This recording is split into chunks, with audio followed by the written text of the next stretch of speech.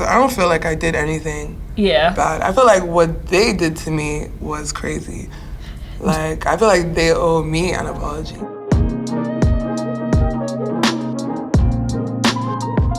Why does Mowalola piss people off? Mowalola is a 30-year-old Nigerian fashion designer who initially took a traditional path. She studied fashion textiles at the prestigious Central St. Martin's, an art design college in London, and obtained her BA in 2017. But post that, her journey in fashion has been anything but conventional.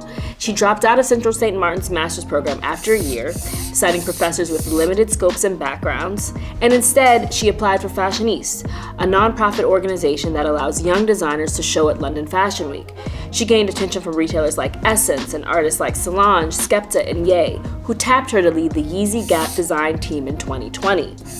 That fizzled out after a year, but Mowalola sits in a rare position as a Black woman designer who refuses to be what you want her to be. She rejects the notion of showing 2 collections per year, which is a standard in fashion, and when she does present a collection, it's more like a concert that she stars in. On top of that, she pushes corporations to do things they've never done before, and she freely responds to her critics on X, who have labeled her as a nepo baby, copycat, and culturally insensitive person. Today we're going to talk about all of that, along with why she refuses to follow the fashion system, if that system is broken, why she's not afraid of being canceled, how she's drawn a cult following of fans that range from JT to Timothy Chalamet, and we will also chat about the current state of fashion, which includes very little women designers, let alone Black women designers leading big fashion houses. And in our Fashion Sense segment, we will break down why it costs $250,000 to put on a 15-minute fashion show. My name is Aria Hughes. I am the editor-in-chief of Complex, and I'm asking Mowalola Ogunlesi to please explain. Welcome again. Hello. Central St. Martin. So you got your undergraduate, or what do they call it in English? It's like a BA? Yes, your BA. So when you were there, it seems like you had a good undergraduate experience, right? Okay. Yeah. But because I guess, you know, when you think of that school, you think of like the greats who graduated from there, like Alexander McQueen and et cetera, and you think, oh, you know, if I go here, this means that I can be on a similar trajectory. Did you feel that way? I mean, I didn't think that way. I think I wanted to go there because I looked at one day and I was like, oh, that must be the best school. Yeah. So I was just thinking about my experience in the school more than like what I would do after the school. Got it. Do you know what I mean? Yeah. And even my teachers, like in my boarding school, they were like, why do you want to go there? Like, you're not going to get as much personal time as you need. But I was just like, well, it's the best, so I want to go to the best. Like, I want to experience like why all these people, you know, coming out of this university. So I think that's what intrigued me the most, and the experience was really good for me. Did they teach you anything that you were skeptical of? No, I feel like that whole like university course was really what you made it. Like, it was a very like unique, individualistic experience, you know. So it's like even with your tutors, everyone is not the same kind of designer. So they try and make you find out who you are like the most. So I think that's why like my identity is so close to everything I create. You know? For like I went to like a interview at FIT, and I went to just see what the school was like, and it felt like they teach you a lot to what to deal with, like working in the industry, which is also really great. But like, I guess it's hard to do both. I don't know. I don't really know any schools that actually are able to like because you feel like you didn't learn how to work within the industry. Like I learned nothing about fashion business. I also didn't really learn that much about like, I don't know, actually like sewing and everything. We had like 2 sewing classes a week, but everything we had to make was like up to us. So it's up to you with like how bad do you want to be good at this. You know, you kind of have to teach yourself. You feel that, like, and I think that's why people like your brand so much, is because it's so like tied to you, and it feels just very authentic and true. So that's great that they were able to do that, because sometimes when you see certain brands, it's like, who is this? Who is it from? Where are they from? Why should we care? So that's good to hear.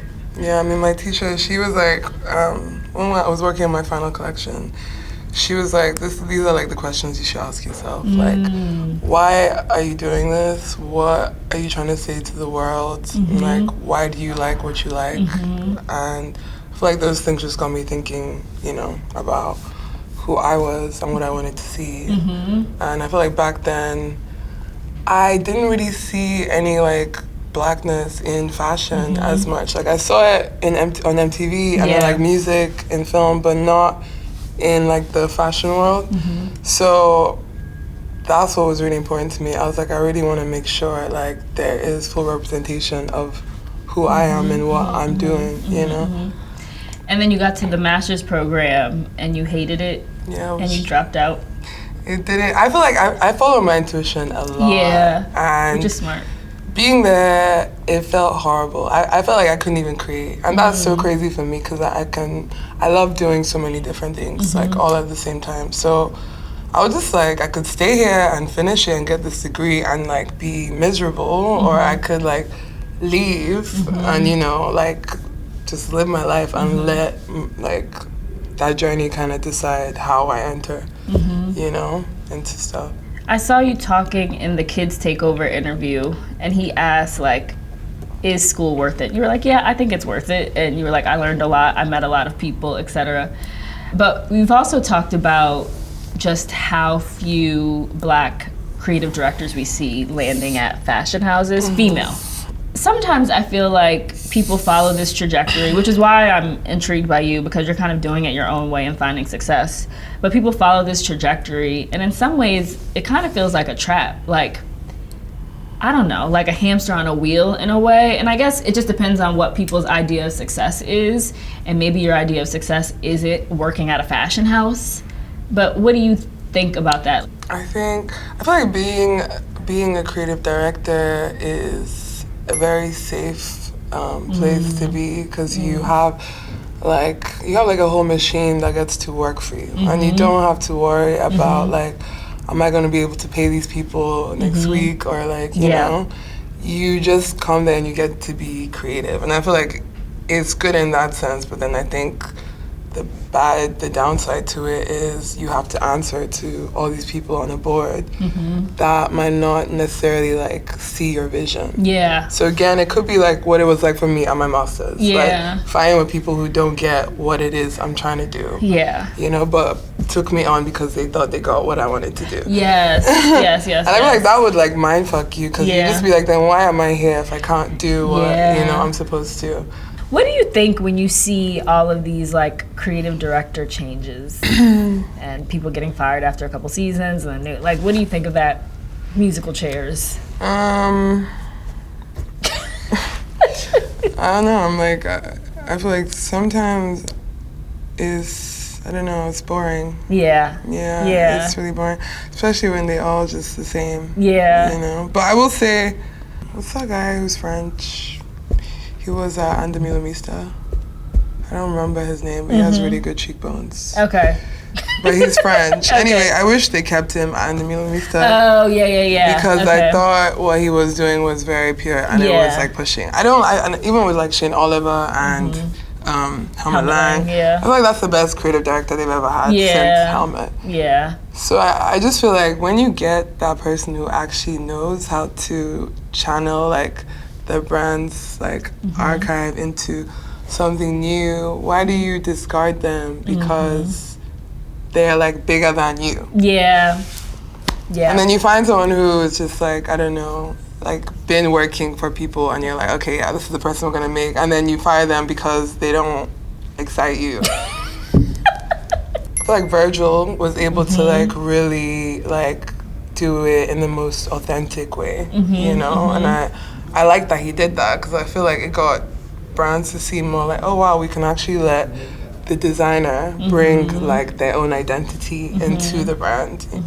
Like I feel like it makes it more fun. Yeah. You know, but in terms of like Black women being creative directors, I feel like those questions should be asked to like the people who actually have the power to do those things. And I feel like no one, like people always talk to me about it, but I'm like, what? What's that gonna do? Well, do you aspire for that? I mean, I would love to have a house, because again, like I really want the opportunity to be able to like freely just create, you know? And I feel like to the point where I'm at, I've worked so much with myself and I've worked with other people that I know how to manage people who like try to deter me from what it is like I'm trying to do. I just try and make them see like we're both benefiting out of this same thing. Yes. You know? So it's not like a fight. That's an important skill. Yeah. Somebody mentioned, they were like, she'd be good at Mugler. Yeah. Can you see that? I like Mugler. I feel like I also like Cavalli. I think I would have so much fun there. That'd be amazing. Yeah, I think I would have. I'd love to see you there. A lot of fun at Cavalli. Yeah. I used to really want McQueen, but I like what the guy is doing there right now. I think at McQueen. Yeah, I think it's cool. Yeah. What else did I like? What do you like in general? Givenchy. I would love to go in there too. Like the Riccardo Tisci era, or just in general, you just like the brand? His era and like McQueen's era. Yes. I really loved, so yeah. Yeah, that would be amazing. Gucci could be interesting because I feel like we haven't. I think my favorite eras of Gucci were Tom Ford. It was actually only Tom Ford. Alessandro Michele. Yeah. I like the world he created. Yes. It just didn't go anywhere. Like the world was. That's a good point. It was beautiful though, but it was like, it had a beginning and an end. But that's also really cool. I think sometimes you don't have to be at a house for that long. Yeah. Sometimes it could just be like this moment. Same with like having a product that's just like, you know, you don't have to rinse it to the... Well, yeah. Well, that's been the issue though, is that they're rinsing it. Like that's the issue in the industry. Because I feel like some people can't just create something new all the time. They like to be in a, you know. Right. But the expectation is for them to create new. I want to talk about your shows because I think like the Dirty Pop show, which was like 20 minutes, included your music. I love that you are a part of the show, which is we don't typically see that. Correct? Like most of the times designers are not a part of their show performing a song. They've also designed the clothes that are on the runway, like creative directing. I know you work with a few people on it, like Paris did choreography, etc. And I remember I was looking at an interview, what's his name, the creator, Elias? Ilias, yes. And you were like, I want more. I was like, I want more. And I was like, I love that because it's like you want it and then you like do it. Yeah. And you make sure that you create it. Why is it important for you to have that type of like footprint for Fashion Week? I mean, with Dirty Pop, I didn't even know that was what it was gonna be. Yeah, like it was gonna be a different collection, and then just through like that year, I just kept on feeling like I don't want to just do another show. I want to do something that is gonna like challenge me, and I'm thinking like I'm at a place now where it's not just fashion that's like, you know, inspiring to me. And even with the music, I'm like, I don't want to just create like a soundtrack. Like I've done that already like 5 times. Like I'm ready to I'm ready to just like experiment, you know, with the experience. And I feel like I did that. And like the week before, I was like, what the fuck are you trying to do right now, Mama? Like just stop. Like this is not gonna work. Like just cancel the show. And then I kind of just pushed through. And it like blew me away. Like I had so much fun doing that whole situation. Like I wasn't stressed out. I just kind of left it to God and just like flowed, and it worked. Yeah, I thought it was powerful. Just for the reasons I said. Like I felt like in many ways it's like you just like taking up space, but in a way that's incredibly valuable, you know, and just kind of not doing the typical, like you said, runway show. But again, I wonder what, like, since that show, like, what that would inspire, like, other people to do, you know? For sure. To express their fashion in, like, a different way. Right, for sure. Do you feel like things are a bit staid and stale in fashion? Yeah, I think the whole, like, 2 shows a year back to back is, like, kind of boring for me. Yes. For me. Yes. Because I feel like every time I do a collection, I put so much into it. Yeah. I keep saying it, like, I create a collection like it's like an album. So for me, it's not something I want to just slap every, like, so often. I want to take my time with it. I want to make something that's meaningful to me. And I feel like I also need to live in order to, like, feel inspired about where it is I want to go.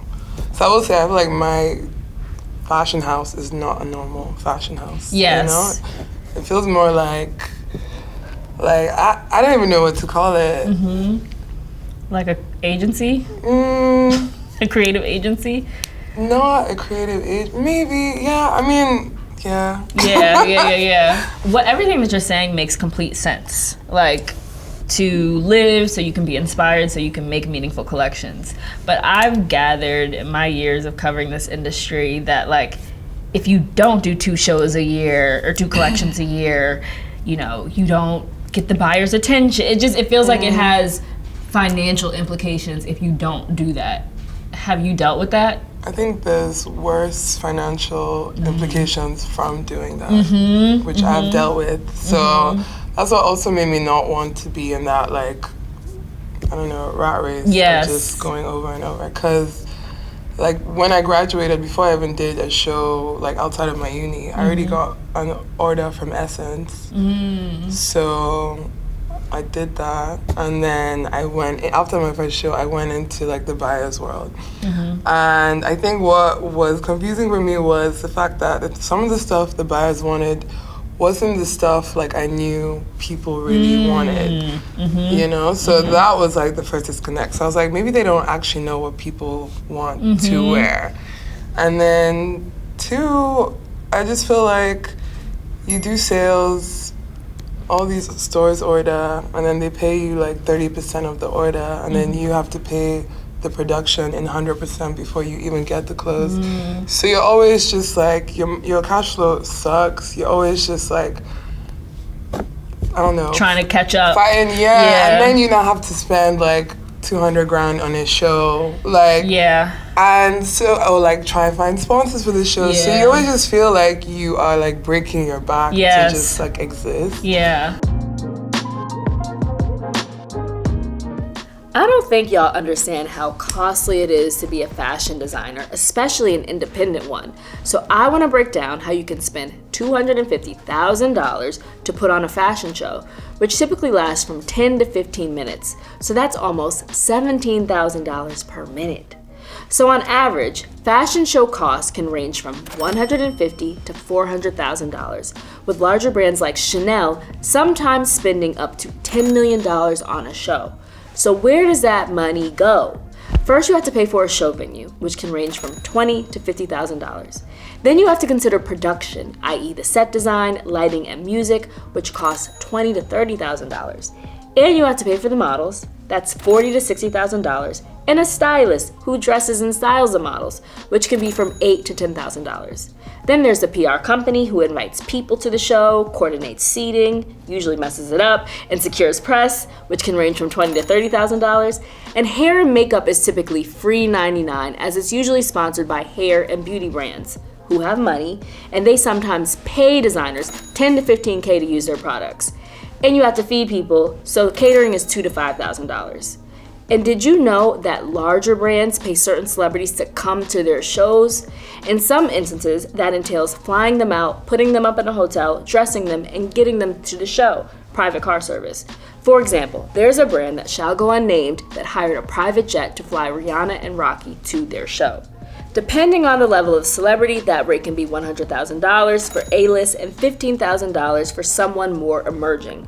But when Beyonce surprised everyone by showing up to the Loire show to watch her nephew Jules walk, she did that for free. And this doesn't even account for the cost of making the clothes featured in the show. So how do smaller brands do it? Well, the goal is to bring on larger brands to sponsor the show and cover the costs. For example, Nike might sponsor a show for a designer they're collaborating with in order to showcase and market the product. In return, if you're lucky, you get a lot of press, marketing, and digital impressions that can be worth millions of dollars. But you can see why smaller brands opt out of doing shows every season, if at all. It's expensive as hell. And that's why I was like, in 2020, I'm like, I want to kind of focus on my own e-com and like grow that, you know? And then seeing people like Telfar do as well. I'm just like, I can fully just like, I don't know, have a relationship with my customers like directly. Yes. You know, rather than it just being through stores. Yeah, only. Yeah. But do you wholesale at all? I do sometimes. Okay. Yeah. Okay. I do. But it's not like the typical that people go to a showroom to look at the collection of what I'm doing that this March actually. Okay. You know, but I realized how to do that. Like now I have like a smaller collection. So I don't have to like produce so many things. I see. Okay. You know? Okay. When buyers came to you and picked out pieces that you knew customers wouldn't want, would you say anything? Yeah. I would ask them why they wanted that and not this other thing. And what would they say? We just want it? Or? I can't remember. I can't remember. I mean, like, it's been a while. That was like 3 years ago. But I had the same issues with my distribution because I went into a distribution deal. I heard it. But like, I'm out of it, thank God. But I feel like a lot of these companies, they kind of get you being like, oh, we're gonna invest in your production and we're gonna make sure your sales grow. And you're like, oh, yay. And then they do that, but then you realize like, oh shit, I'm not even gonna be able to pay for this production. So you end up having to like get into a licensing deal with the company. So it's almost like a record deal. Yeah. You know, and then you get into this licensing deal, you're getting paid like a fraction of what your brand is actually making. Yes. Meanwhile, you're the one doing all the design. Yeah. You know what I mean? So to me, it didn't really make sense. Can we break down, because what a distribution, so somebody approaches you and they say, hey, Mowalola, we want to distribute your brand. Yeah. And you say, okay, cool, let's have a conversation. Then what? Then they're like, we will give you X amount to go towards your production to make the clothes for the show. Got it. And then we will take this percentage from the sales that we get. Okay. You know? But they don't cover the entire show and production. They don't cover the entire show or production. Okay. They might say, oh, this is how much we're willing to give you. Got it. To do this collection. Okay. You know, just like as a kickstart. But that money comes out of your sales as well. So yeah, so it is like a record, but when you can advance. Yeah. Okay. You know what I mean? Okay. It's not free money. They're taking it out from the sales directly. Okay. So then you get paid whatever is left from them taking that out, them taking their percentage as well. Wow. Okay. And clearly that didn't work for you. I don't think it works for anyone. Yeah. Yeah. Okay. Because I feel like a lot of designers I know, they've left their distribution companies. So now you're basically focused on selling directly to your customer, and you're going to open yourself up to sales in March. Yeah. Okay. And I also want to make a store. That'd be amazing. That's what I really want to do. Yeah. So like doing this pop-up was just kind of like an experiment for me to just see what it's like, you know. Would you do London first? No. Why not? Because I think New York is better. Okay. Got it, yeah. Like, no shade to London. Yeah. And we need some good, like, retail. Out here. Yeah, I think so. Also, didn't you say, like, New York's your biggest? That's what I'm saying. Yeah. So that's why I did the pop-up here, because I just wanted to see how much, I guess, like, traffic it would get. And it was so many people. So I was really, like, blown away. I don't know, I feel like people in America have way more, like, expendable income. Like, they have that in the UK. I think the UK, like, shit is just really expensive. Yeah. So people don't shop as much. Yeah. And I feel like a lot of my pricing has been set by my ex-distros. I see. So it's been, like, expensive. And also, like, with dealing with, like, production, that's, like, way more expensive than it needs to be. Yeah. So I figured out, I'm, like, figuring out a way to get, like, different tiers of products so I can, like, kind of serve to everyone. I feel like you've done that, though. I feel like I'm just learning to do that. Okay. Do you know what I mean? Because I started with like a hat. Yes. But like it's like apart from a hat, what other products can, you know, be more accessible to people? And I feel like with the wet tank, that kind of just showed me like a whole demographic of people Yes. that like what I do, but might not understand like the fashion as much. So I'm like starting like a little sub brand to kind of do stuff for them. That's smart. I like that. Because I was going to talk about that with you and like your corporate deals, like the Bratz doll and the Beats campaign, which I want to talk about a lot because that campaign I love. And I know you've done a Barbie and you've worked with New Balance, and it seems like you've learned the skill of imparting your vision without it being sacrificed, but everybody seeing it as beneficial. Like, how are you able to work with corporate and still get your point of view across? I think I just stay really true to what it is I want to see. Yeah. Like, no matter how deep we are into the collab. Yeah. Like, even with the Bratz, like, we started something, and then the process was so long that, like, mid through where we were, I was like, you know what, I don't want to do these anymore. I want to, like, start over. And Why? What happened? I don't know, I just felt like what I had designed wasn't going to be relevant to me when it would come out. So I was like, kind of want to redo everything. And then I did, and it was really iconic. Like, so I'm happy I did that. But like, I feel like every time I work with a corporation, it's different. Yeah. They have like their own way of doing stuff. I will say my most, like, I don't know, the easiest corporation I've worked with is like Crocs. Like, Oh, okay. I don't know. Hold on, has that come out yet? No, it's coming out this year. Oh, okay. Yeah, but they just didn't have any rules. Like, they really just let me, you know, do what I want to do. Yeah. That's bold though, to like, because I could see myself being in a process with Bratz and like the dolls made, and I'm like, I don't love it now, but I just go along for the process.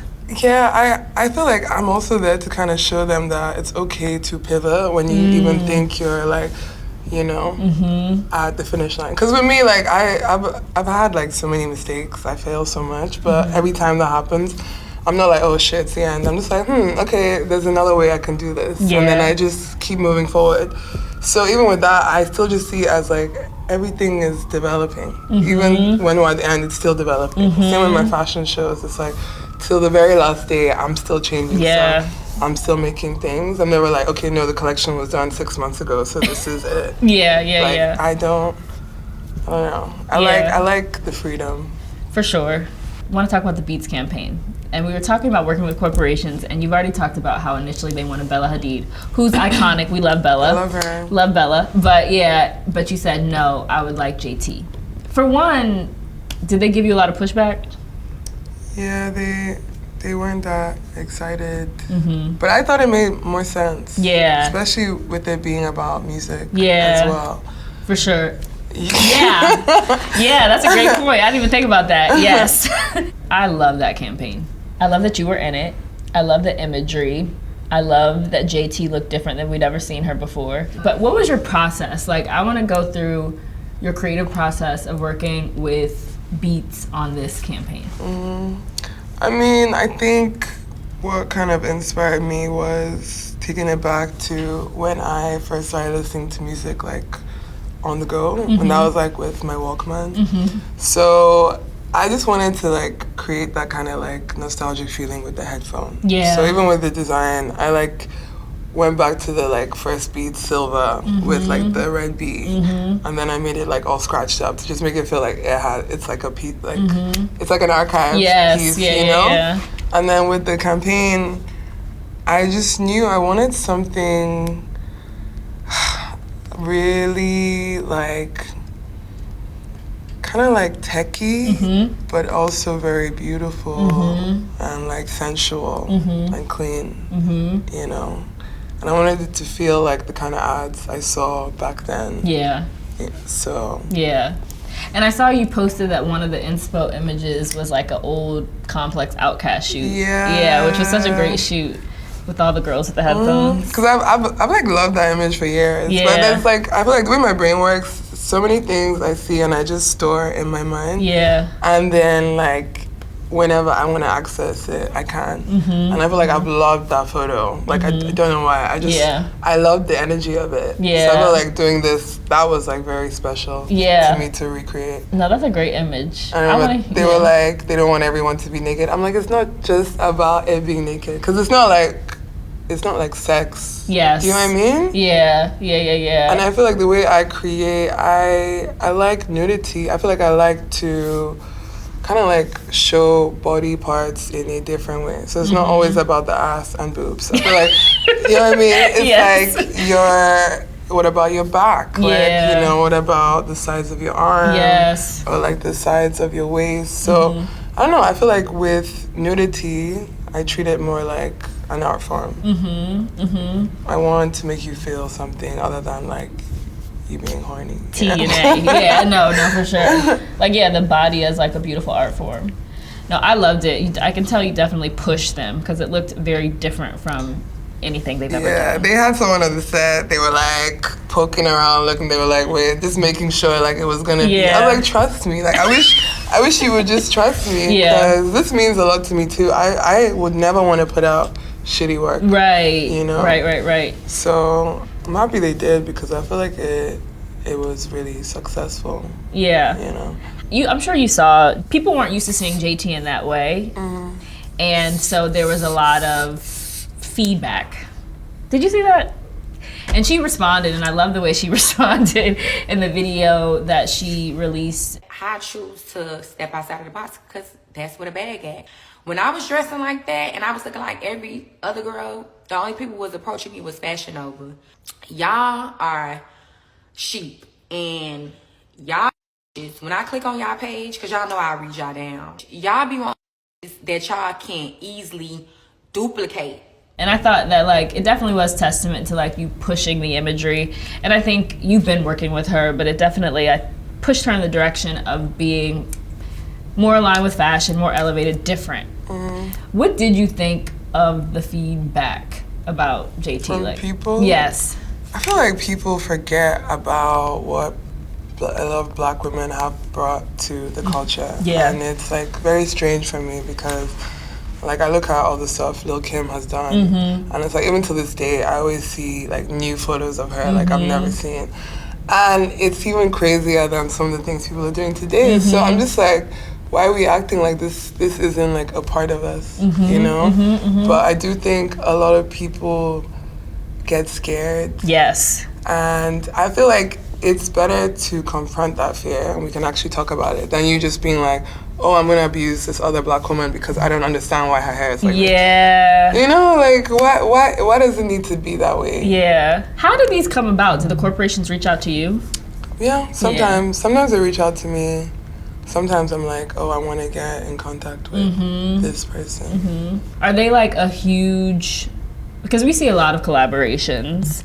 Do they help you immensely from a financial perspective? No. Okay.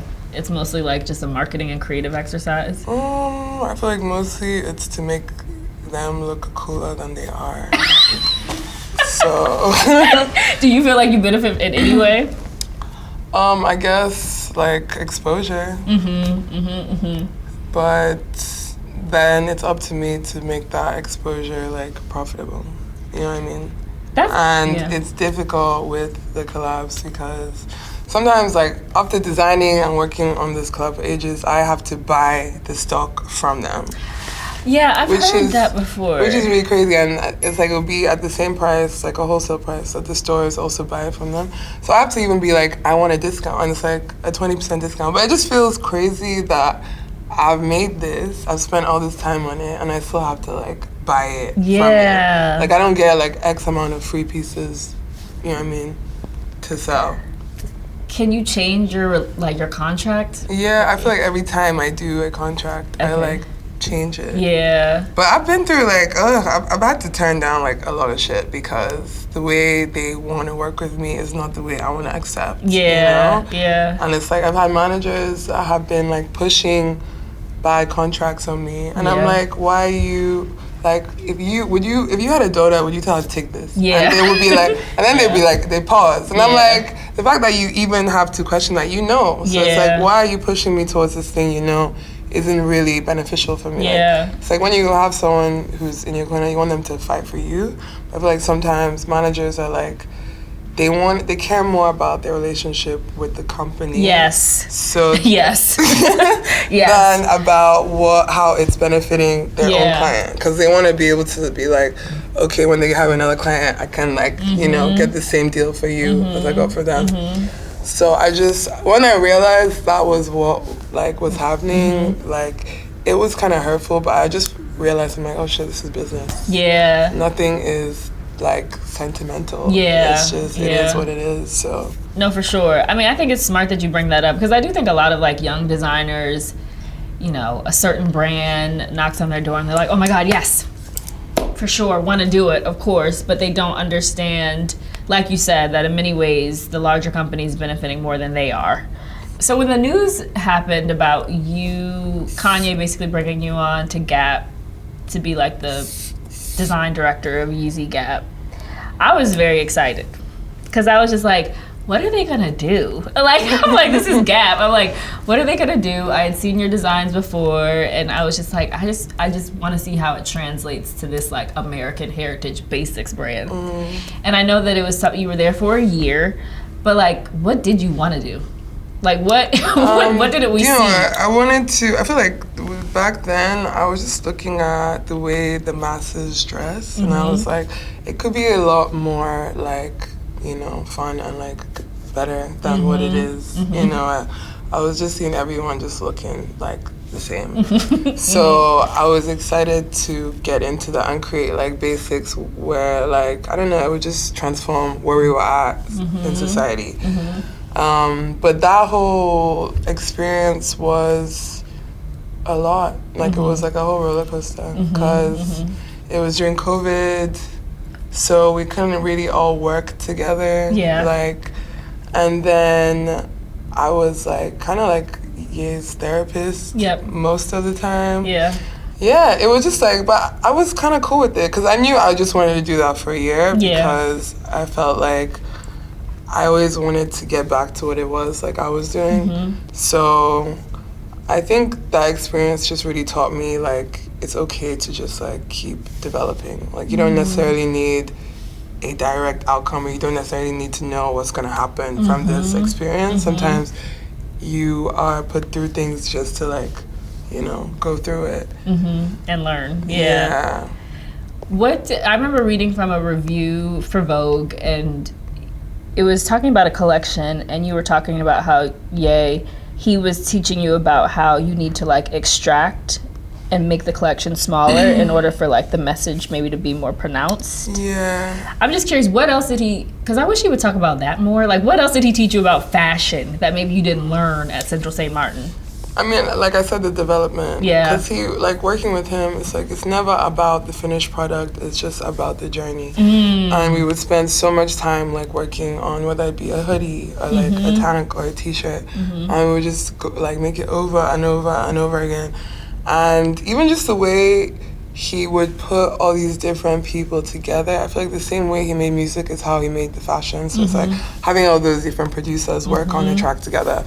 It's like we would be in the studio with like me, Gosha, like prototypes, lots of different creators. And it's like we all have our own shit, but like being able to work together, even Shane Oliver, like coming together to do stuff is really fun. It almost felt like you're going into like school of Yeezy. Yes. Basically. For sure. Yeah, and I think also like communication, because I feel like before I started working with him, I was doing so much stuff on email. And then with him, we just text about everything. And then it just made me be like, wow, why don't I break that like barrier of like having to, be so formal all the time with like my design team, and just like put us all in a group so we can all like kind of see the same images, talk about stuff, see each other's designs, And less gets lost. And I mean, they talk about that with Virgil all the time, like how he did everything over text. And yeah.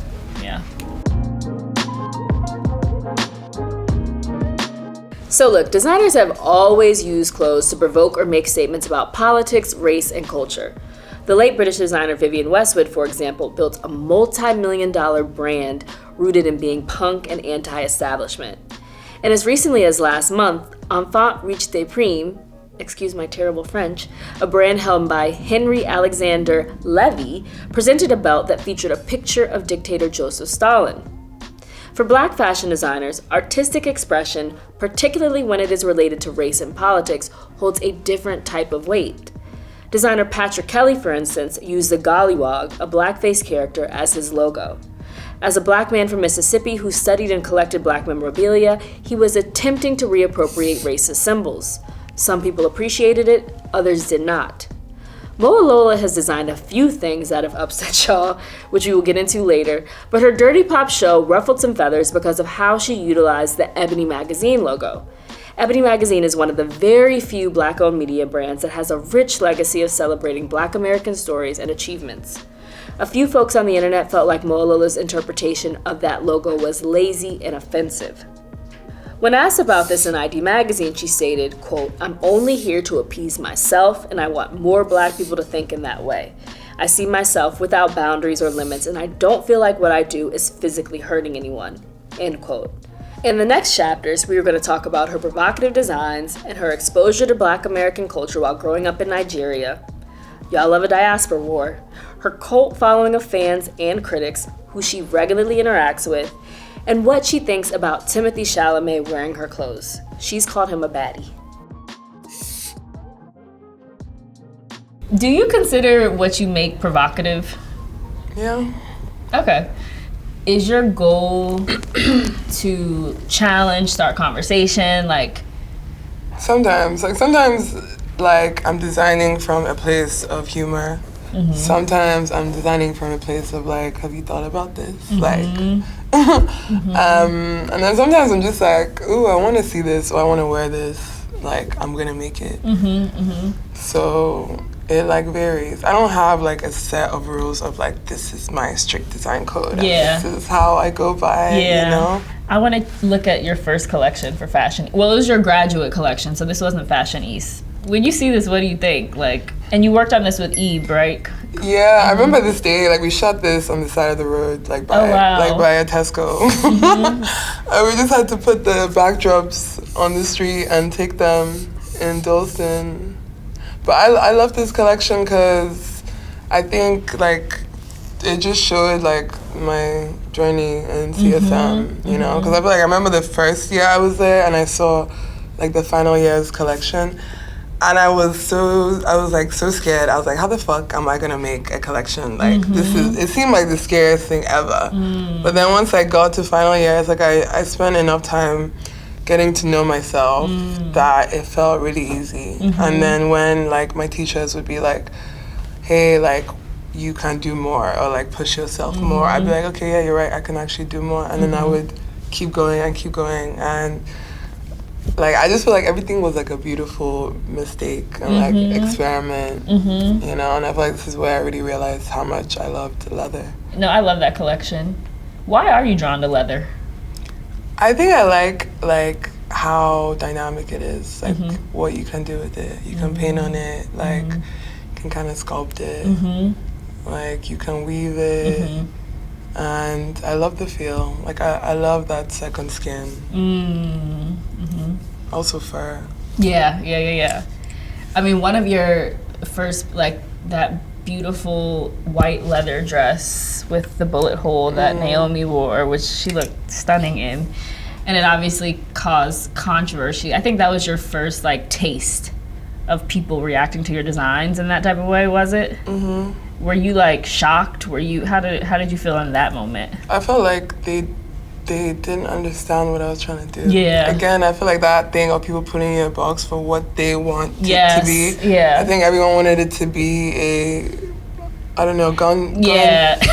What? Yeah. I don't even remember what the criticism was. It was just like promoting gun violence. Yeah, thank you. Yeah, and I found that really stupid because I'm a creative and I make art, and it's like I watch movies where they kill people constantly. Yes. You know, I see people playing games where they shoot people all the time. Yeah. Like there's art exhibitions where people paint guns.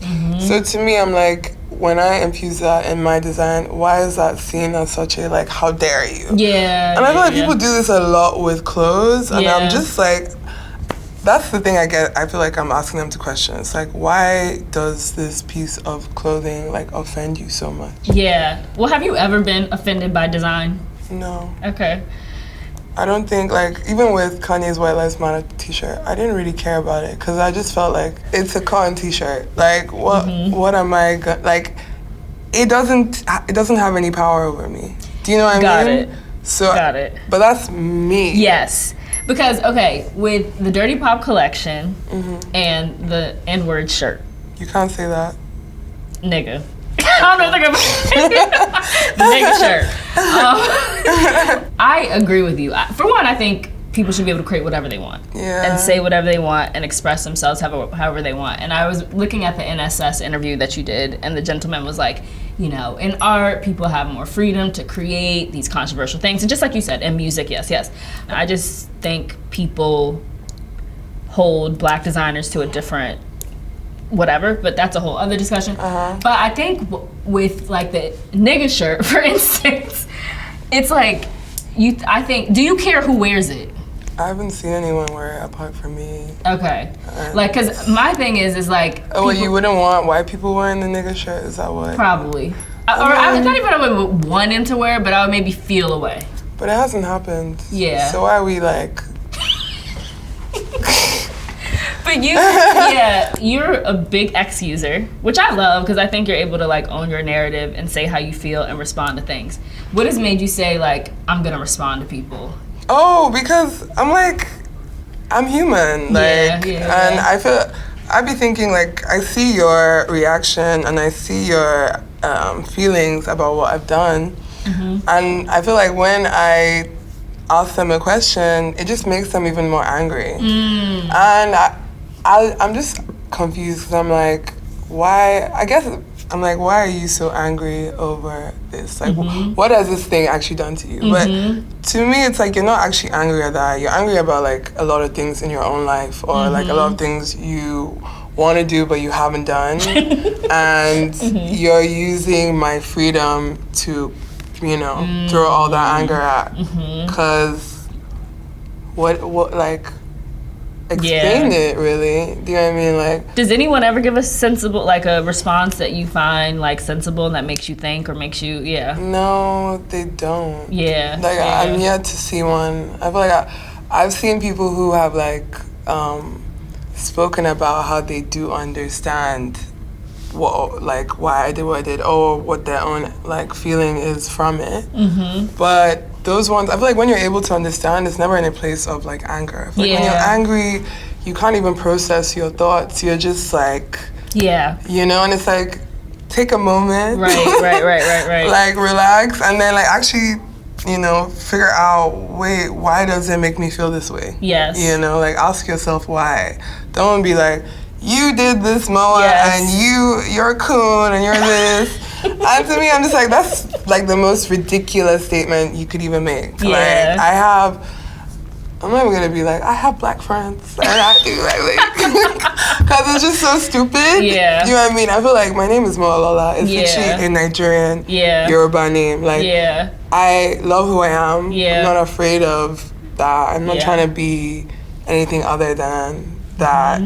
So, and I love Black culture, like, in its entirety. I love African Black culture. I love American Black culture. I love UK Black culture. And I feel like when I was growing up in Nigeria, I was like, you know, I was exposed to all of it. Can we talk about that? Not just one, like, not just Nigeria, like everything. And I feel like maybe people in America, they're only just now being exposed to African culture.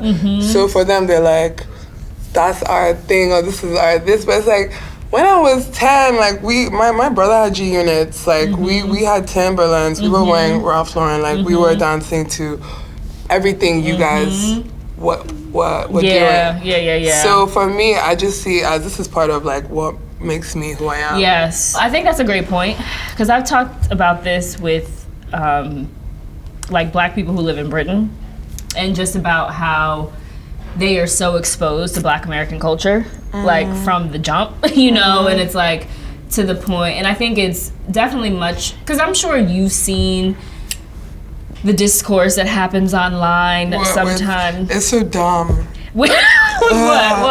Like, Americans versus Africans. Yes. It's so fucking dumb. Like, when I see that discourse, I feel embarrassed for them. What makes London London? What makes it different from the US, like, we kind of, like, claim our roots a lot more. I mean, I feel like we are more kind of, like, culturally diverse. Is it weird when African Americans don't know where they're from? Yeah, strange. It's not really our fault, though. I take pride in where I'm from. If we just didn't know where we're from and was just walking around saying we're British, like, we don't feel like we have a culture. We tend to bond more over food as well. Just call yourself American, mac and cheese and greens. That's just so, like... Soul food is part of Black American culture because it stems back from the slavery days. I'm just like, what are you doing? Like, what, like, who's gonna win in this situation? Yeah. Like, you like what they do, they like what you do. Yeah. Why can't we just be like, wow, we fuck with each other? Yeah. Great. Yeah. Like, why is there a competition of who is the better Black in 2025? I just...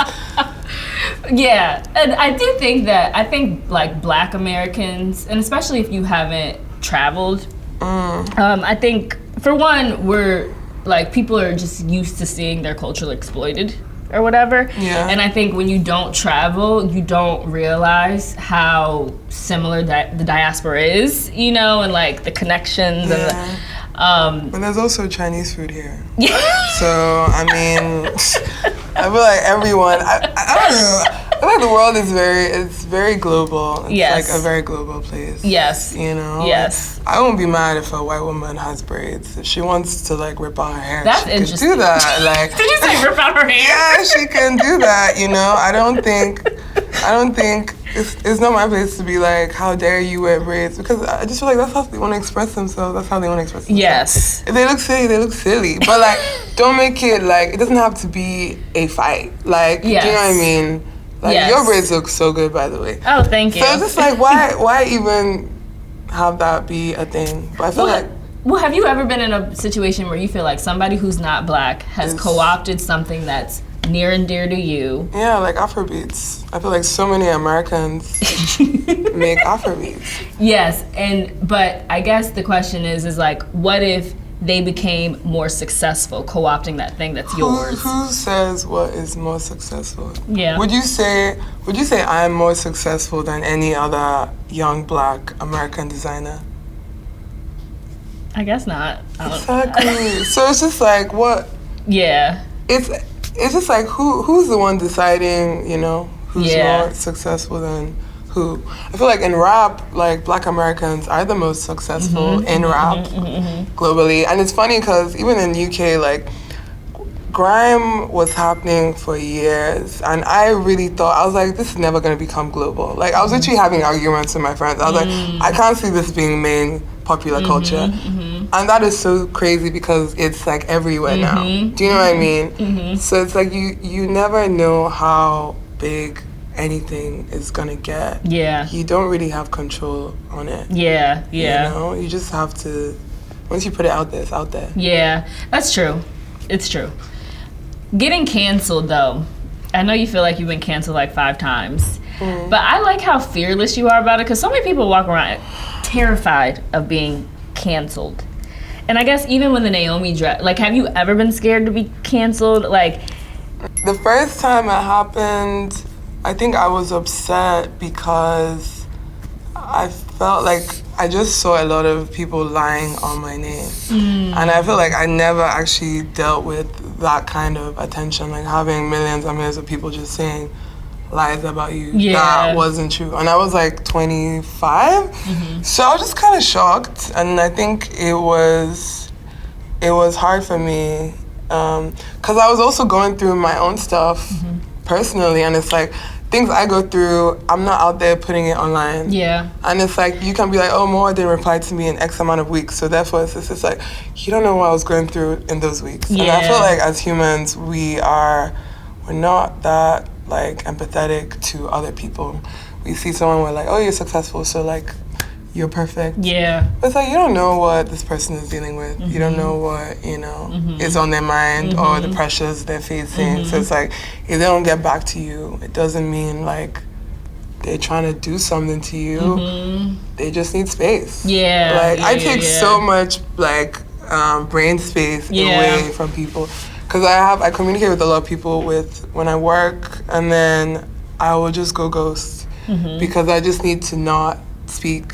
Yeah. You know, and just be in my mind and just like rest or just like listen to music, watch films, just like not be accessed. Yeah. You know, because I feel like it's a lot. Like I grew up in a time where we didn't have social media, and then I'm like also growing up in a time where we do, and I'm trying to create like my own, I don't know, like reality where I can step in there and step out. Yeah. You know, and not feel like I have to be there all the time. Yeah. So I think that also taught me about like dealing with all that hate. I'm like, oh well, I could just put my phone down. Yeah. Like, I don't have to be on there, like, you know, fighting with you guys.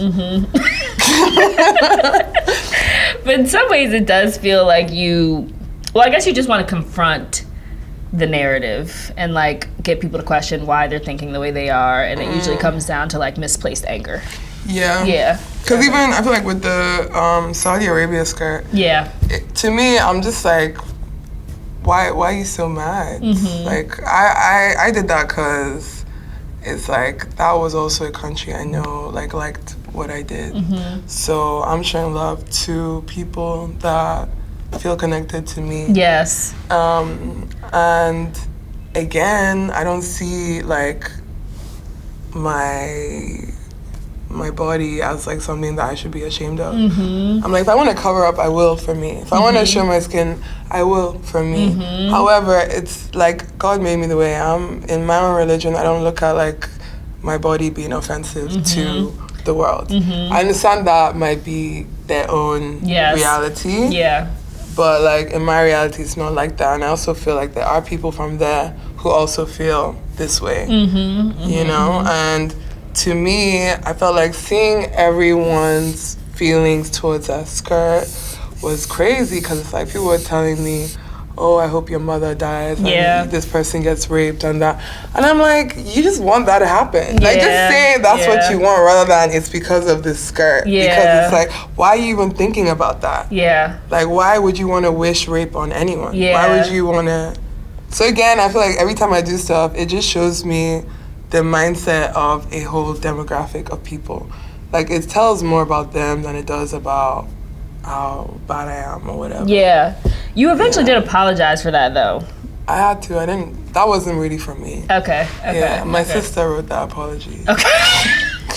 Like, I was not gonna apologize, and they were so scared for my safety. Got it. You know, so they were like, "Oh, let's do that." So I was like, "Okay." Yeah. But I wouldn't have apologized, because I don't feel like I did anything bad. I feel like what they did to me was crazy. Like, I feel like they owe me an apology. Yeah. You know, and I felt like even online, Instagram, TikTok, they weren't like protective towards me in that situation. They let like hundreds of thousands of people just say the most racist shit to me. Yeah. However, if I post something, Instagram will be so quick to delete it. Yeah. Flag this as bullying or that. And I'm like, are you blind when like when that kind of stuff happens? Like, do you feel like people don't give, because you're not the only designer that's made provocative designs or done controversial things. And I guess also the social media amplifies it. But why don't you feel like people don't give people the benefit of the doubt? I know this thing of like people really only want to believe bad things about you. I think that's like very true with everything. Like, it makes them feel better about their lives. And they're like, okay, I knew it. Like, I knew there was something else. It couldn't be that. But it's just crazy. Because I'm like, even duality, like, I'm not the best person in the world. Like, I don't think anyone is. I feel like I am good and I can be bad. Like, but I'm okay with that. But are you? I don't think so, because I feel like it reminds me of like Christians being so judgmental, but then cheating on their wives, and I like come into church every Sunday, and I'm just like, oh, like, what are we doing here? Yeah. Like, I feel like at least be authentic in every part. Of you know. Yes, for sure. I agree with that. I feel like that's what your show Thief was about. Yes. Yeah. It was like the duality of just life in general. For sure. So you make like things that kind of like become hits in a way, like the wet tank and the MOA trucker cap. When you're designing something, do you know what's gonna resonate with the customer? No. I don't know, like with the hat, I was just like, I really always wanted to make a hat. And then I thought I had to do it like, you know, going through a factory and like sending them this design and everything. But when I made my logo, I was like, I kind of just want to put this logo on a hat. And I remember I went shopping and I found these 2 blanks, like the trucker blanks. So I just bought them, and then we had like a shoot the next day. So I was like, can you make a stencil and like let's spray the logo onto the hat, just because I want to see what it looks like. And that kind of created that. And I was like, oh, I really actually fuck with this. Yeah. But it was like kind of random, you know? And then the same with the wet tank. Do you know how many wet tanks y'all sold? I don't know the actual number. Just lots. It was a lot. Do you know it was gonna have that type of like mass reception? No, I didn't. I really liked it myself though. So I thought people would like it. I think also the price also, you know. Because it was what, $20? $20. Yeah. $20. It's funny, I saw a girl on TikTok try it on, and like people's initial reaction to it is like, this is thin. Then they put it on, they're like, oh shit, this like is a great fabric, it sucks you in, it snatches you. It's like, it feels like it's painted onto your body. Yeah. It feels like you don't revisit your hits. Sometimes I do, but like sometimes I want to do it in like a new way. Yeah. And then sometimes I'm like, it feels like this thing was for that special time. Yes. So we can leave it in that time. Yes. You know? Yeah. It doesn't need to keep going on forever. Yes. Because, well, that's the opposite of how some people operate, where it's like if they see something, like the wet tank. I'm surprised, like some brands would have that wet tank in 20 colors by now. Like, you know, do a collab with Barbie. You know, like they would, yeah, so it's interesting that, you take that approach. It's not interesting, it's refreshing that you take that approach of you're like, it was cool for what it was. But that's why I said I learned something from that. Yeah. Like, it was more than just, oh, this product sells, let's just keep making this product. It was like, oh, wow, who are all these people? Yeah. Like, hello, you know? How much does business inform your design? I feel like now I'm being more like intentional about what I do choose to create. So I kind of look at things in those like different tiers. I have like tier 1, tier 2, tier 3. And I feel like tier 1 is like jerseys, like hats and stuff. And then tier 2 could be like more like denim, bomber jackets. Tier 3 is like the leathers. Yes. So it feels like it's almost like a pyramid. Yeah. And it's less at the top and then it gets more going down to the bottom. But I feel like whenever I speak to young designers and they're like just starting out and they're like, oh, what advice?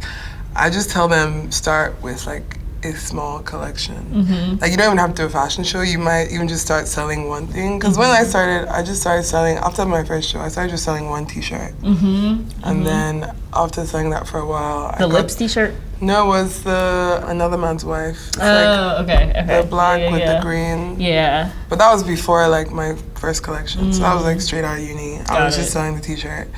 And then I got the order from Essence. And then I did a collection. And started doing more. But if I could tell myself something back then, I would just still say keep it small. Yeah. Because I feel like I prefer to make less, sell less, like items. Yeah. Than to do more items. Yeah. Because I feel like when people have too much choice, they don't know what to get. Yeah. You know, and then you also can't really gauge what is it that people really are drawn to. Yes. Because it's just like really wide. Yeah. You know, so I feel like I'm trying to minimize that more. So I'm not just like overproducing all the time. It seems like you're very hands-on with the business. Yeah, I mean, like right now, I'm actually trying to find someone to be my business partner. Yeah. Because I feel like I really need that. Like, I feel like that's where I need to get my things even, like, I don't know, in a better place. Because I have some knowledge. Like, I was working with my parents since I was, like, 5 in their store. But I also really need to be creative. Yeah. And then I want to have this business partner that we can kind of bounce off each other. Yeah. You know, because I feel like the way I think, it also works in the business sense. Yeah. However, like, yeah, I don't want my life to just be only about that. Numbers. Yeah, because then it does like mess with how you want to create. Yeah. But I feel like doing it for this long has made me understand how I want to move forward. Yeah. Are you fully independent? I mean, I guess another thing that's come up, and I don't know if it's anybody's business per se, but I do think there's like this thing in fashion where you can't make it unless your parents help you. And then I know people have made false allegations about who your parents are. Yeah. I watched that beautiful video of your mother and Rough and Tumble, and I was like, I get it. Like, I see where you get it from. She's clearly like a pioneer. But how much have your parents helped you with your brand? They helped me since I was like 5. Yeah. I feel like them just like instilling in me like, you need to get up, you need to go to work, and you need to like have ambition. And I feel like every summer, like, we wouldn't always travel somewhere. Like, we would spend time working with my mom at Rough and Tumble, and then my mom would go sometimes to Italy to like clothes shows to buy clothes to like bring back to Nigeria and sell in her boutique. And then again, we would go on those trips, and I would hate it so much sometimes because I'm like, oh, I just want to be having fun. Like, why are we having to work? But all those years, like, it really just helped me in everything like I'm doing now. And I feel like people don't even know or realize that. Yeah. You know, and I feel like if everything was just based on chance of like my parents just helping with everything. Like, I don't know. I feel like there would be way more people doing That's fair. at a That's level. true. But I really do love what I do. Yeah. And I've been paying my rent since I left university. I've been like covering stuff with my shows, everything. Well, you can tell because I remember once you were like, you had to get Kanye came from the money for the show. Yeah, like my parents. Yeah. How the hell am I gonna be to my parents? Can you guys give me a little loan of like $250K to pay for this show? Like that is crazy. But if I had billionaire parents, as like the internet says, I feel like you would hate me because I would be everywhere. Like I would have stores in the airport, on the underground. Like it would be too much. Yeah. And I feel like you're lucky. Yeah. But I feel like I'm working my way organically to, you know, what I want. And I feel like I'm from Nigeria. Like the fact that I'm even here sat with you right now, or like Cardi B wore my outfit yesterday. Yeah, she looked great. Or this person or that person. Like it's almost like it shouldn't really be happening. It only happens because I put it out there. Yes. You know, I don't have any like connections in the fashion and artwork through my parents to help me do anything at all. Yeah. They've just like believed in me and let me be myself. Yes. And like for that I love them. Yes. That, you know? Yeah. So you've built like this cult following, which I feel like all brands want. And it's also a testament to what you said, your hard work. Like it's not just something that you create out of thin air. Why do you think people are so drawn to your brand? I feel like it's the like energy or the ethos of like, I just say like do what you want. Yeah. Because that's what like I do all the time. So I think it's the thing of you feeling like you're drawn to that energy. You also probably want to feel like I want to be myself always. You know, with however that might be. You're very accessible to them. Like, what do you mean? Your like, community of consumers. I hate to call them consumers, but your community of people who like partake in the brand. And I know I read something where you were saying like that's one of my favorite parts of doing this is being able to interact with people. And Laura at Essex was telling me how you were talking to the kids that were there buying your stuff.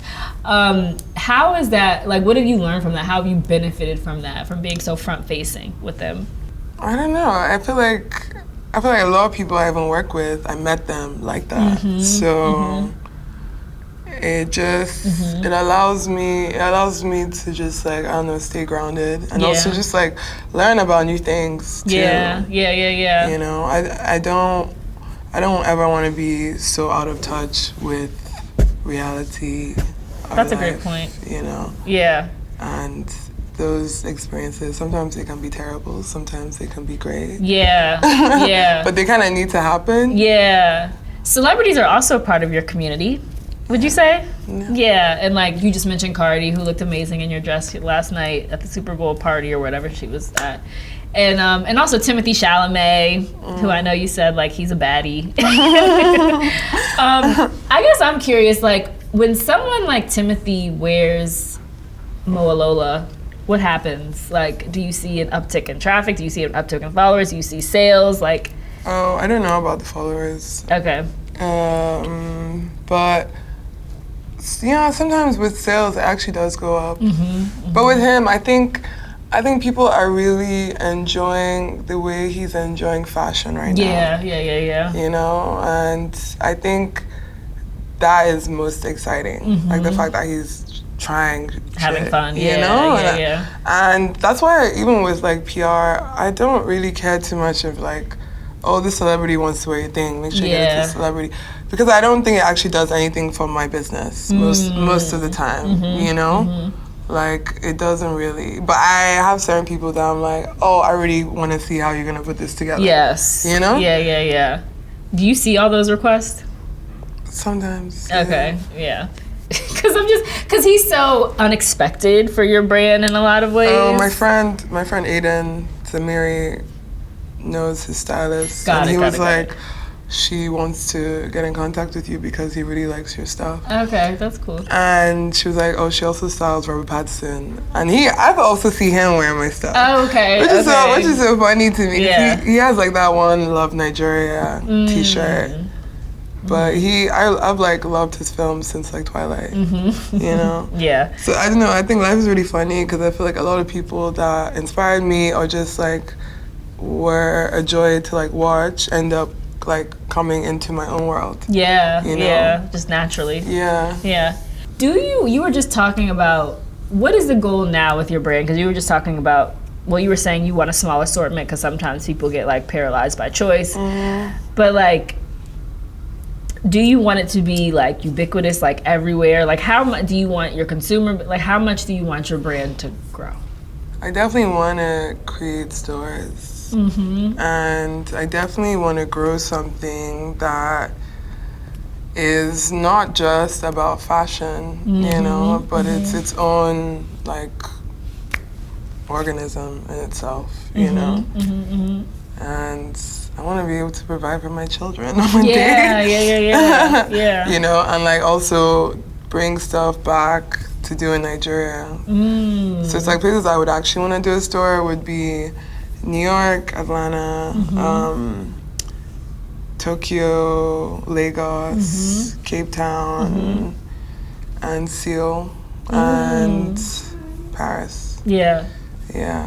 Thank you so much for coming in and chatting.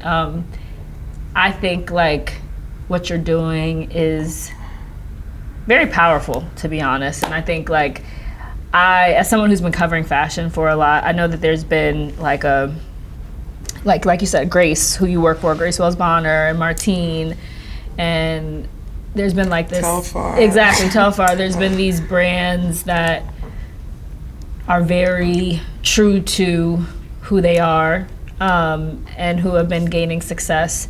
But I think you're also doing it in like a very different way, and doing it with just like a level of freedom that sometimes people who are Black might not feel comfortable with, you know? and expressing themselves. So I think what you're doing is important.